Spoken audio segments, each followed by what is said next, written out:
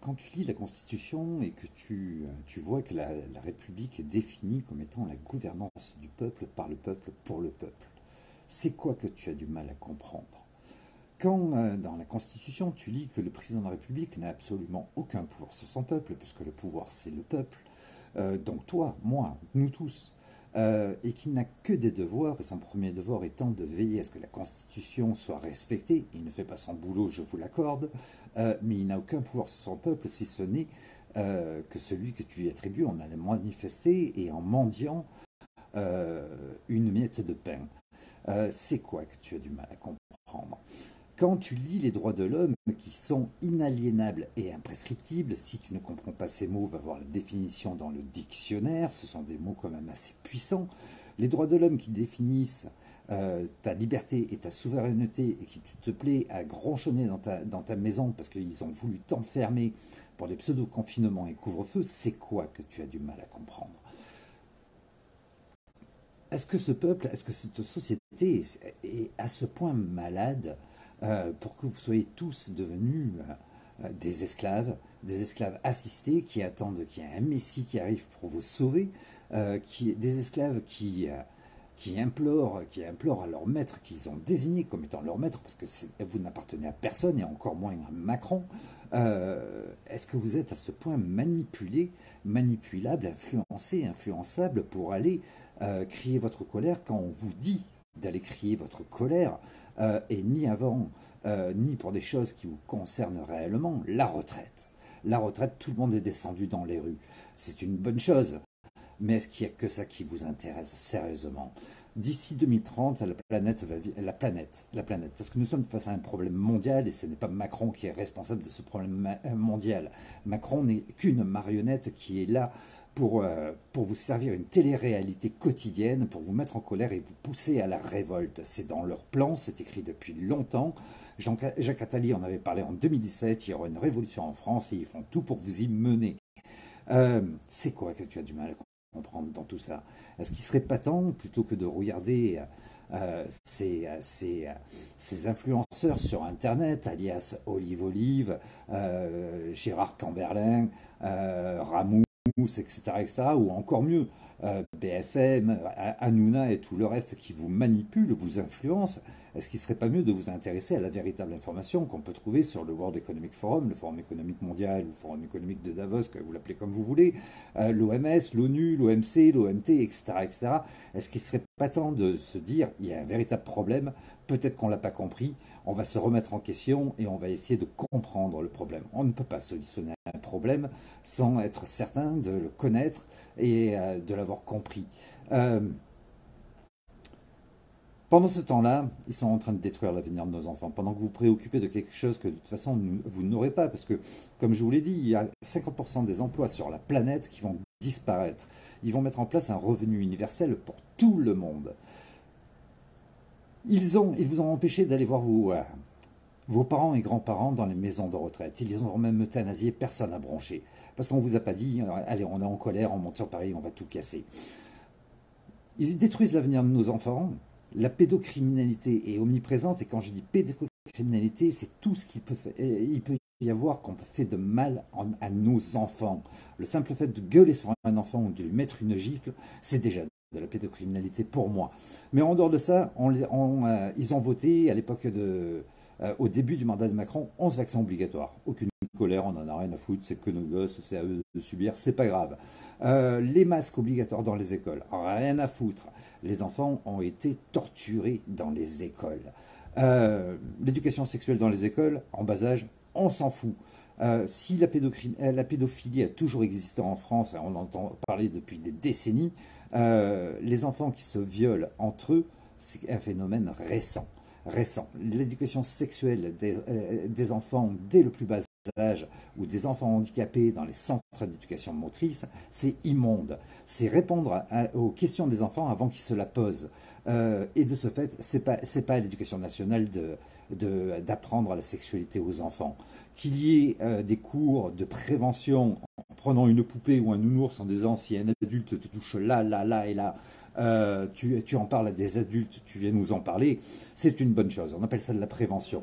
Mais faire de l'éducation sexuelle en bas âge, selon le programme de l'ONU, selon les lois qui existent, ça par contre, c'est de la pédophilie. Et aujourd'hui, on entend, c'est passé dernièrement encore sur Marseille, un adolescent qui s'est fait violer dans un collège. Euh, Ça n'existait pas il y a quelques années de ça. Et aujourd'hui, on amène les enfants à la perversité. Euh, Rien à foutre, on va manifester pour les retraites. Euh, en ce moment, il se discute de vendre l'eau de la France, l'eau potable de la France, aux pays étrangers en échange de pétrole. Ils sont en train, les droits de l'homme ont adopté l'eau comme étant faisant partie des droits de l'homme. Le PDG, à l'époque où ça a été voté, le PDG de Nestlé a envisagé de privatiser l'eau.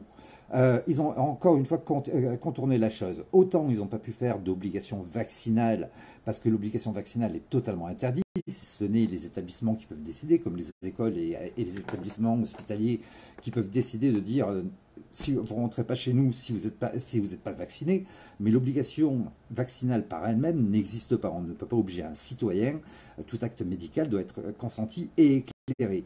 Et les conventions d'Oviedo, ça c'est le code du patient et du malade, loi Kouchner de mars 2002, mais les conventions d'Oviedo, adoptées par les droits de l'homme, disent que vous avez le droit de choisir votre médecine et votre nourriture. Or, le masque ne pouvait pas être obligatoire, et j'en ai fait la preuve en faisant des vidéos où je faisais mes courses sans masque, où j'ai été dans les rues, dans l'espace public sans masque. Non, je n'étais pas inconscient parce qu'il n'y a aucun virus qui représente un danger. Il y en a 800 millions qui nous entourent, et un virus ne représente pas un danger dès lors que vous avez de bonnes conditions physiques, une bonne hygiène de vie, une bonne santé psychologique, une bonne santé mentale, pardon, et une bonne alimentation. Un virus ne représente en aucun cas un danger, et c'est pas avec un masque qu'on va vous protéger, et l'obligation ne pouvait pas exister. Et je n'ai jamais eu ni PV ni garde à vue parce que j'ai désobéi. La désobéissance civile est un droit reconnu. Article 2 des droits de l'homme, vous avez le droit et le devoir de lutter contre l'oppression.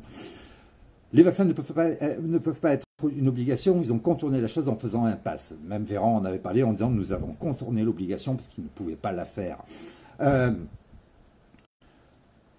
Aujourd'hui, pour contourner le droit de l'homme, qui ont adopté l'eau comme étant un droit de l'homme, ils sont en train de faire une pénurie d'eau en France. Ils sont en train de vendre l'eau potable, d'assécher nos nappes phréatiques pour acheminer par des cargos via Fos-sur-Mer à côté de Marseille, en échange de pétrole, notre eau potable.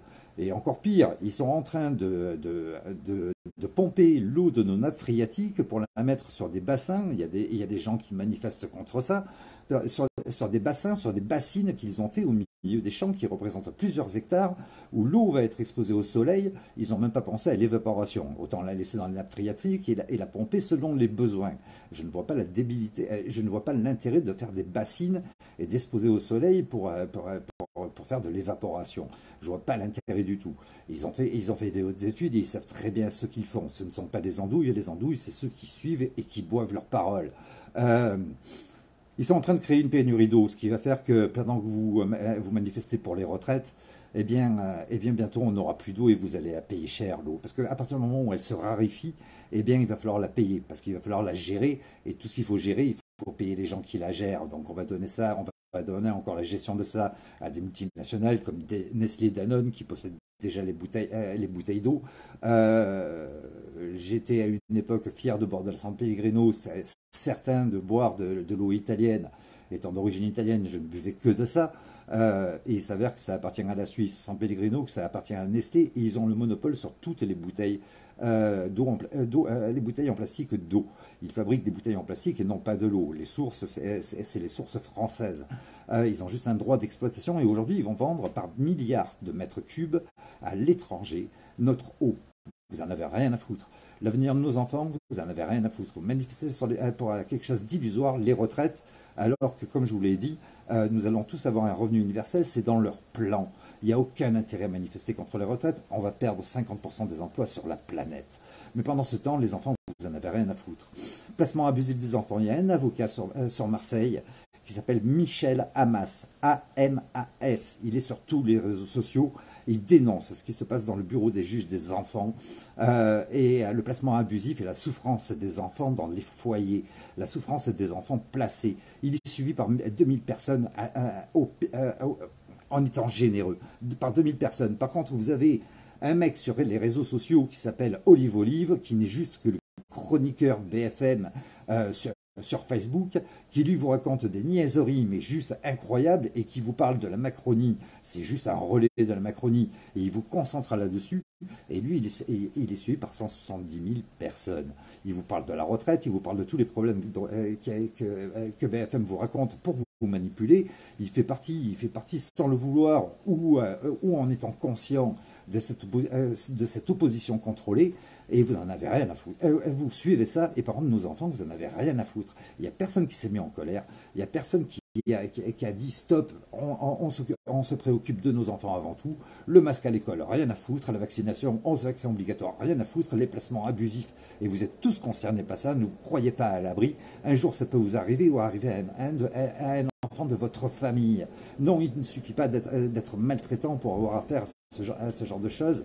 Je ne veux pas le dénoncer, mais Michel Hamas le fait très bien, et je vous invite à aller voir sa page Facebook, à regarder ses vidéos et voir ce qu'il se passe qui est innommable dans le bureau des juges des enfants. Il n'y a personne qui le soutient. Il est monté au Parlement, il a déposé des projets de loi qui ont été votés à l'Assemblée à l'unanimité. Ça doit passer au Sénat. Pour le moment, il n'y a personne qui trouve que c'est urgent. Il faut attendre. Et en attendant, il n'y a personne qui soutient cet avocat, il agit seul. Il y a 2000 personnes qui le suivent, je suis certain que les 2000 personnes qui le suivent, ce sont des parents qui sont directement concernés par ce problème. Les enfants, vous en avez rien à foutre. Et un pays qui ne se préoccupe plus de ses anciens, qui ne se préoccupe plus de ses enfants, qui ne protège plus ses anciens et ses enfants, c'est un pays qui finalement est malade et qui mérite finalement ce qui lui arrive. Je vous invite à vous tous vous remettre en question. Macron n'est qu'une marionnette, là pour vous servir une télé-réalité quotidienne, pour vous pousser à la révolte, mais Macron, ce n'est juste une marionnette. Si une marionnette vous insulte, comme Macron le fait, on ne va pas s'en prendre à la marionnette qui est une poupée de chiffon. On va s'en prendre au ventriloque qui a la main dans son luc. Essayez de comprendre les choses, remettez-vous en question. J'expose assez en dehors de quelques chansons, histoire d'apaiser un petit peu la situation, histoire de quelques petites blagounettes que je peux mettre sur ma page. Je mets suffisamment d'informations qui peuvent vous inviter à réfléchir à réellement ce qu'est le problème. Le problème est mondial, il n'est pas français, on ne sauvera pas la France si on ne se préoccupe pas du problème mondial. BlackRock et Vanguard possèdent l'ensemble de nos besoins vitaux, ils contrôlent la planète, c'est eux le pouvoir, c'est eux qui ont la main dans le luc de Macron. Je vous invite à prendre connaissance de qui est BlackRock et Vanguard. Ils possèdent vos médicaments, GSK, Pfizer, etc., leur appartiennent. Ils possèdent tout ce que vous bouffez, les McDonald's, les Nestlé, Danone, les Monsanto, etc. Ils sont actionnaires numéro un, ils sont actionnaires principaux. L'énergie totale, etc., ça leur appartient. Nos centrales nucléaires, la maintenance a été vendue à General Electric, Alstom a été vendu à General Electric, et General Electric appartient à BlackRock et Vanguard. Le grand PDG de BlackRock et Vanguard est le seul qui il possède la planète. Il a véritablement un pouvoir mondial. C'est la deuxième plus grosse puissance mondiale et économique après les USA et la Chine. Et il avait un bureau à l'Élysée à côté de Macron. Je vous invite à réfléchir, à vous remettre en question. Macron, on s'en fout, on s'en branle. C'est rien ce mec. Je vous invite à vous concentrer uniquement sur le véritable problème, les retraites, on s'en fout. Les Gilets jaunes, je l'ai déjà expliqué, les Gilets jaunes ont écrit de toutes pièces.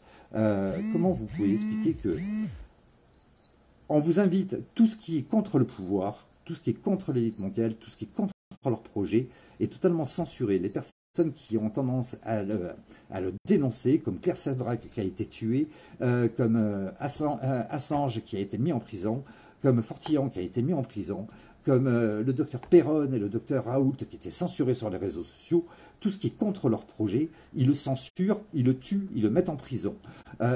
D'une façon comme d'une autre, ils l'illuminent.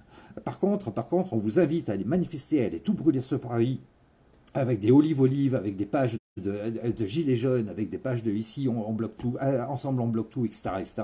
On vous donne même la recette des cocktails Molotov, et là par contre, il y a aucune censure. Est-ce que vous arrivez à comprendre un petit peu la manipulation, ou est-ce que je suis la seule à le voir, le seul à le voir?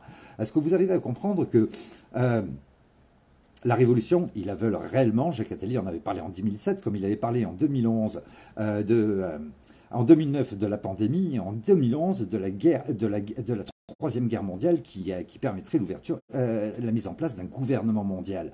Euh, est-ce que je, Qu'est-ce que vous n'arrivez pas à comprendre dans tout ça? Comment ça se fait que vous vous laissez manipuler?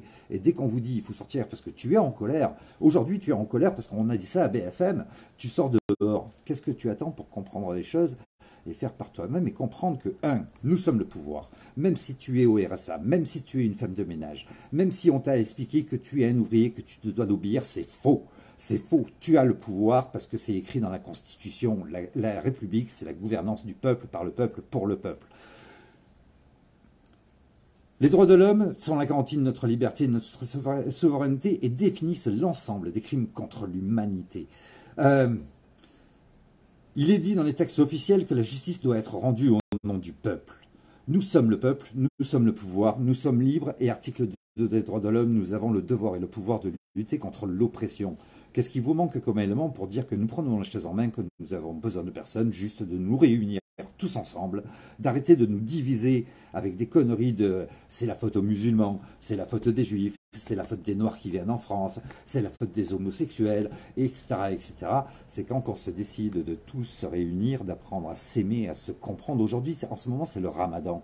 Allez voir les musulmans, faites-vous inviter à la maison à manger. Ils seront les premiers à vous ouvrir les portes parce qu'ils ont un cœur énorme, ces gens-là. Arrêtez de vous diviser en pensant que les juifs possèdent la planète Bezos. Euh, euh, la famille royale d'Angleterre, Monsieur Arnaud, qui est soi-disant la première fortune du monde, les Qatar, les Émirats, etc., etc., etc., Madame Bettencourt, etc., font partie des ultra-milliardaires. Ils sont pas juifs. Ils sont pas juifs.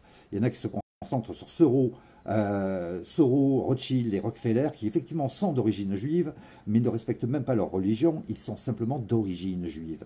À savoir que les religions ont été créées de toutes pièces pour manipuler et contrôler les peuples. Ça a été la première politique qui a été mise en place.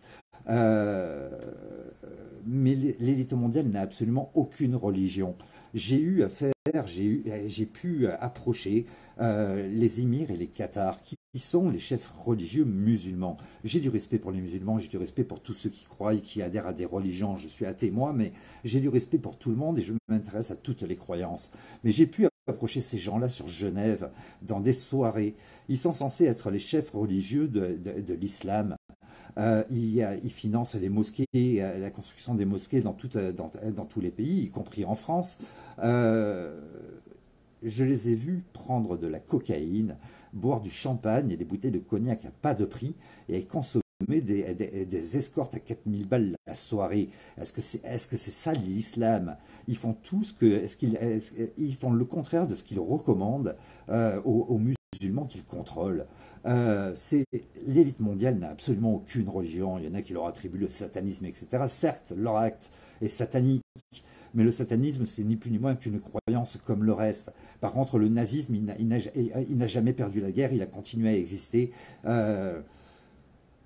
Après la Deuxième Guerre mondiale, après 1945, la plupart des nazis qui étaient recherchés pour crimes contre l'humanité ont été récupérés par la famille royale d'Angleterre. Je vous rappelle juste que, enfant, la reine d'Angleterre faisait le salut nazi et que son oncle, le prince Édouard, je crois, de mémoire, a mis un terme à son pouvoir et à la famille royale pour rejoindre les nazis.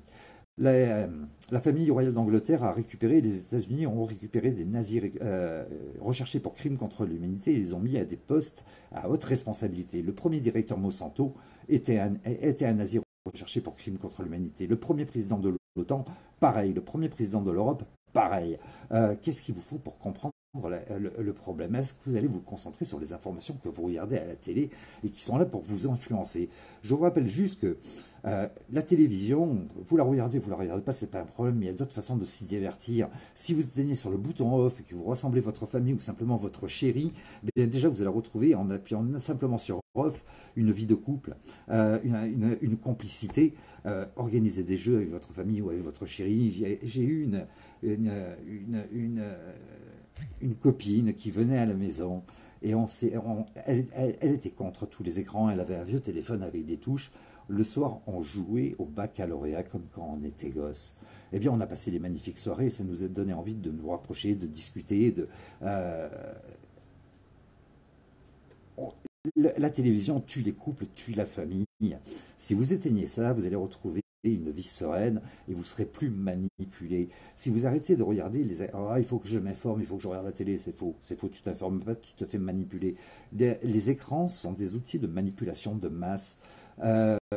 L'ingénierie sociale qui se sert des écrans pour vous mettre en état d'hypnose en vous offrant une multitude d'informations, une avalanche d'informations quotidiennes sans aucun intérêt, sont faits pour vous plonger en état d'hypnose.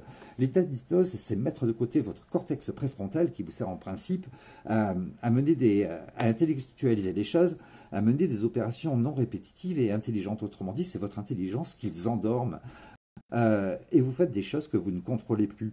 Le contraire de l'intelligence, l'ennemi principal de l'intelligence, ça a été alors que nous étions des nomades à une certaine époque, il y a de ça des décennies, voire même des centaines d'années, alors que nous étions des nomades, ils ont fait de nous des sédentaires et ils nous ont plongé dans, euh, dans, euh, euh, dans une routine. Aujourd'hui, l'être humain ne réfléchit plus. Il sort de chez lui, il va faire les courses toujours au même endroit, il va travailler toujours au même endroit, il ne se pose plus les questions, il fait les choses machinalement, c'est devenu une machine, un robot qui répète les choses sans arrêt. Et ils ont tué notre intelligence avec tout ça. Et pas que l'alimentation, le fluor qui est omniprésent dans notre alimentation et dans nos produits du quotidien, les sels d'aluminium, etc., qui ont tendance à être des neurotoxiques et qui tuent aussi votre intelligence. Remettez-vous en question. Lisez la Constitution, lisez les droits de l'homme. Nous avons quelque chose à faire, nous pouvons le faire tous ensemble. Nous pouvons organiser parce que nous avons le pouvoir, mais même le devoir de créer un tribunal du peuple, un tribunal populaire. Ça a été organisé dans les années 70 par des ouvriers sur lance. Nous avons le pouvoir de le faire et de condamner pour crime contre l'humanité l'ensemble des acteurs qui ont créé ce désastre mondial. Et il ne s'agit pas que depuis Macron, ça fait des décennies que ça dure. Mitterrand, je vous rappelle juste que Mitterrand avait dit à sa femme, je ne peux rien faire pour la France et les Français, ce n'est pas moi qui décide. C'est quand que vous allez réagir, vous remettre en question, arrêter cette putain de télévision qui vous influence et vous mettre à comprendre l'information en lisant leurs projets. Lisez le livre de Jacques Attali, même si vous l'aimez pas. C'est pas lui qui a le pouvoir, hein. C'est juste un grand économiste, certainement l'un des meilleurs qu'ils ont embauché pour essayer de nous mener là où nous en sommes aujourd'hui. Il dénonce souvent les choses à la télévision. Je vous invite à regarder ses vidéos, à lire ses livres. Claude Schwab, l'ancien président du World Economic Forum, à présent c'est Born Brindé qui a pris sa place depuis 2017, a écrit aussi des livres où il dénonce tout ce qui se prépare pour notre avenir. La retraite, on s'en branle, il y a bien pire, bientôt vous allez payer une fortune, l'eau est peut-être encore plus chère que le gasoil.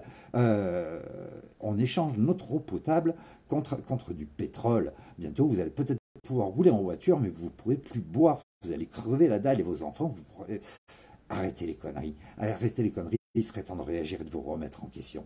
Je ne sais pas ce que vous n'arrivez pas à comprendre dans l'ensemble des vidéos de certaines personnes euh, qui vous expliquent les choses. Je vous invite il faut absolument qu'on réalise un tribunal populaire, il est urgent de le faire. Je vous invite à comprendre les choses, à visiter mon profil. Si vous ne voulez pas partager mes infos, j'en ai rien à foutre. Vous écrivez la même chose, vous faites un copier-coller du texte, vous dites que c'est vous qui l'avez inventé. J'en ai que dalle à foutre, il n'y a pas de copyright sur tout ce que j'ai pu glaner pendant 22 ans où je me suis intéressé à ce qui allait arriver et c'était prévu d'avance. En 2009, je vous le rappelle, Jacques Attali disait qu'une pandémie sans précédent couvrirait une crise économique. En 2020, elle est apparue. Il n'a jamais menti, Jacques Attali. Je vous invite à le suivre sérieusement. En 2011, il annonçait qu'une troisième guerre mondiale, que le gouvernement mondial se mettrait en place sans guerre. Il le disait devant Mélenchon à la télévision. Sans guerre ou après une troisième guerre mondiale. Et cette troisième guerre mondiale, qui était prévue depuis longtemps, on la vit en ce moment, elle ne va faire que s'amplifier. En 2017, il annonçait, avant 2022, il y aura une révolution en France. Et là, aujourd'hui, vous vous plaisez à laisser aller vos gamins, les lycéens, les collégiens, vous laissez aller vos gamins au front, à aller affronter les CRS.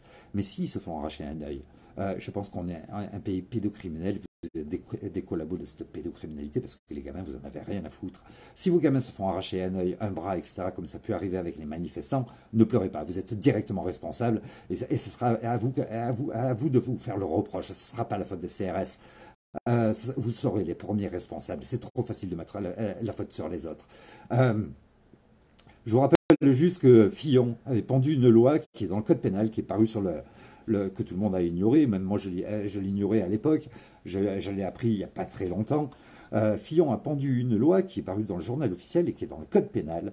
La police, en cas de débordement, a le droit de tirer à balles réelles sur la foule. Je l'ai exposé sur mon profil, vous pourrez la voir en remontant un petit peu l'info. La police a le droit de tirer à balles réelles en cas de débordement sur la foule. Si vos gosses se font flinguer parce que vous leur donnez l'autorisation, même si c'est des ados, même s'ils ont 20 ans, mon gamin de 20 ans à Marseille, s'il me dit je vais aller à la manif et je vais faire la révolution, je descends, je ne le connais pas depuis longtemps, mon gamin, et je ne peux pas considérer être son papa, c'est pas moi qui l'ai élevé.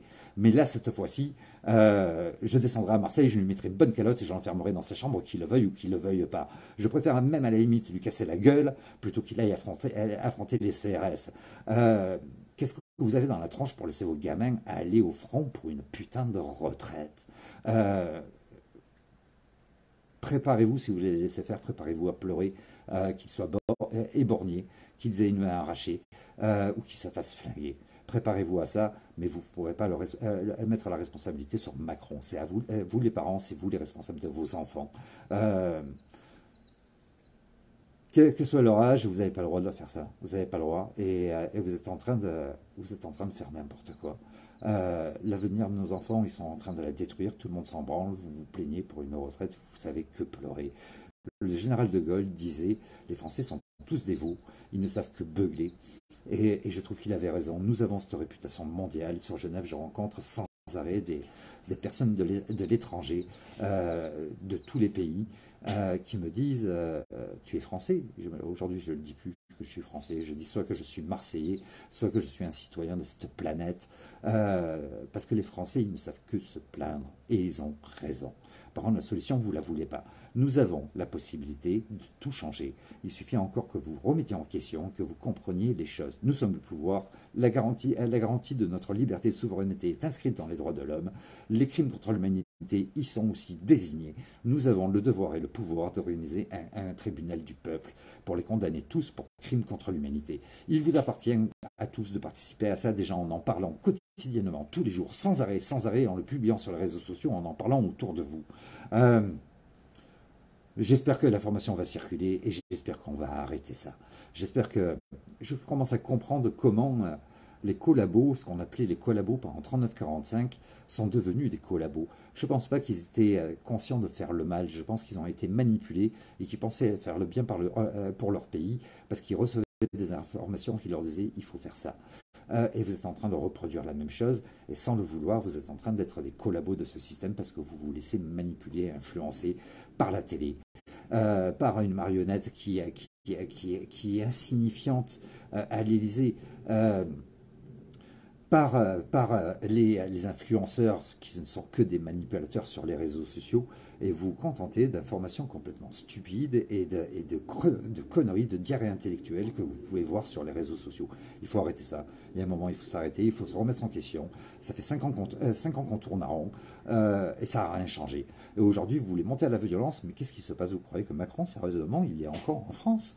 Il est sur un yacht, qui sont des véritables villes flottantes aujourd'hui, un yacht privé, ou alors il est à Monaco, ça se trouve, il est en Suisse en train de s'éclater avec ses amis, mais il n'est pas à la l'Élysée, le gars il en a rien à foutre des monticules de poubelles qu'on trouve sur Paris, des rats qui courent dans tous les sens. Il s'en fout, vous êtes en train de faire exactement ce qu'il a reproduit, ce qu'il a fait lui-même 2 fois, une grève générale. Il a fait un confinement, Macron. C'était une grève générale organisée par le président de la République. Et vous êtes en train de participer à la destruction de l'économie locale. Grève générale, c'est quoi? Vous bloquez les camions, vous bloquez les industries, vous bloquez certains points stratégiques, et vous créez des embouteillages. Qui est dans les embouteillages? Il n'y a pas Macron, il n'y a pas le gouvernement, il n'y a pas Borne, hein. Ils n'y sont pas, eux, ils ont des hélicoptères et des jets privés pour se déplacer. Par contre, il y a des gens comme vous qui, eux, ne peuvent pas lâcher une journée de boulot, parce que s'ils lâchent une journée de boulot, eh bien, ils perdent de l'argent. Et s'ils perdent de l'argent, ils ne peuvent plus nourrir leurs gosses. Et vous les emmerdez, vous leur mettez une pression supplémentaire à celles qui subissent déjà du gouvernement. Vous êtes en train de collaborer à Macron. C'est juste ce que vous êtes en train de faire. Le pauvre artisan, le pauvre ouvrier, le pauvre commerçant, la pauvre petite entreprise indépendante qui, elle, attend sa livraison pour pouvoir travailler, gagner sa vie et payer ses crédits, payer sa nourriture, eh bien lui, il attend, il ne peut pas travailler parce que les camions sont bloqués, parce que les industries sont bloquées, et vous êtes en train de tuer l'économie locale. Est-ce que vous touchez l'économie mondiale en faisant ce que vous faites? Ils en ont rien à foutre, c'est eux qui fabriquent vos billets. BlackRock et Vanguard, qui, je vous l'ai dit, possède l'ensemble de nos besoins vitaux, l'eau, l'alimentation, le médical, l'énergie, mais aussi vos loisirs, Netflix, les chaînes de télévision, le groupe Meta, Facebook, etc., etc., tout leur appartient. Ils possèdent les banques, et c'est eux qui fabriquent vos billets. Leur intérêt n'est pas du tout financier, ils n'en ont rien à foutre du pognon. Ils possèdent toute la richesse, ils te possèdent même toi et la petite culotte de ta femme. C'est quoi que vous avez du mal à comprendre dans tout ça? C'est quand qu'on va enfin se remettre en question, qu'on va partager les bonnes informations pour faire comprendre aux gens, comme une publicité. Quand tu vois une publicité tous les jours, au plus tu vas répéter les informations de façon quotidienne, de façon récurrente, comme une publicité que tu vois sans arrêt à la télé, dans les magazines, dans les 3 sur 4, dans les centres-villes et au bord des routes et aux arrêts de bus. À force de voir la publicité de la glace Danone ou de la glace Nestlé, tu vas finir par dire elle doit être bonne, j'ai envie de l'acheter. Ça, on appelle ça du lavage de cerveau, c'est du marketing. Eh bien, si on faisait la même chose, eh bien, les gens comprendraient. Et on est tous, on a tous notre part de responsabilité et on a tous notre pouvoir pour changer les choses. Je vous invite juste à changer d'orientation, à comprendre le problème, et puis ensuite on pourra faire les choses ensemble pour tout changer. Je vous salue, passez une bonne journée, prenez soin de vous.